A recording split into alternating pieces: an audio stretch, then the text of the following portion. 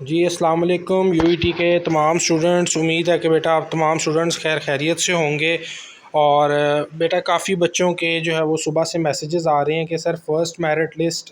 जैसे 4 बजे रात को लगी थी, तो क्या सेकंड मेरिट लिस्ट भी जो है वो इसी तरह ये लोग लेट तो नहीं करेंगे, क्या ये आज की डेट में ही लग जाएगी? तो बेटा मैंने आप लोगों को पिछली वीडियो में भी अगर आप लोगों ने देखी होगी तो आप लोगों को 3 टाइम स्लॉट्स बताए थे। तो आप लोग जो है वो उन टाइम स्लॉट्स को ही मद्देनज़र रखें और उन पे ही जो आपकी फ़र्स्ट मेरिट लिस्ट जो है वो लगेगी। टाइम स्लॉट्स में आप लोगों को फिर बता देता हूँ, जो एक्सपेक्टेड टाइम स्लॉट्स होते हैं वो एक 12 से 1 बजे के दरमियान होता है, एक 3 से 4 के दरमियान होता है। ज़्यादा चांसेस होते हैं कि 3 से 4 के दरमियान ही लग जाती है, नहीं तो फिर आपके पास 9 से 10 के दरमियान जो एक मेरिट लिस्ट लग जाती है, अगर 3 से 4 के दरमियान ना लगे तो।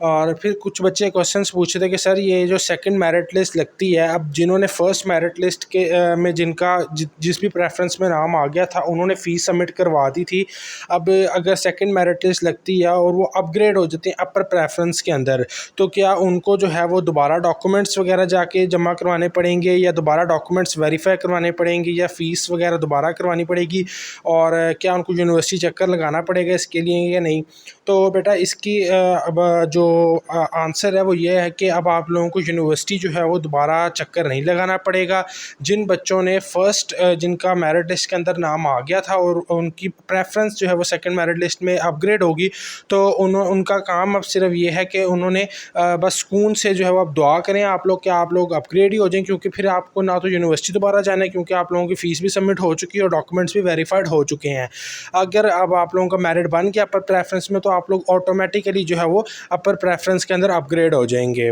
फिर कुछ बच्चों का जो क्वेश्चन था कि सर जिनका फर्स्ट मेरिट लिस्ट में नाम नहीं आया और सेकंड में नाम आ गया लेकिन लोअर प्रेफरेंस में नाम आया है, तो बेटा उनके लिए ये है कि उनको यूनिवर्सिटी जाना पड़ेगा और उनको अपने डॉक्यूमेंट्स वेरीफाई करवाने पड़ेंगे जिनका पहली मेरिट लिस्ट में किसी भी प्रेफरेंस में नाम नहीं आया था, और उनको फिर जो है वो फ़ीस सबमिट करवानी पड़ेगी। फिर कुछ बच्चों का ये भी क्वेश्चन आ रहा था कि सर जिनका पहली मेरिट लिस्ट के अंदर A2 कैटेगरी के अंदर नाम आया है और उन्होंने A2 की एडमिशन फ़ीस को जमा करवाया है और अब उनका प्रेफरेंस लिस्ट में A1 में नाम आ गया, तो जो फ़ीस हमने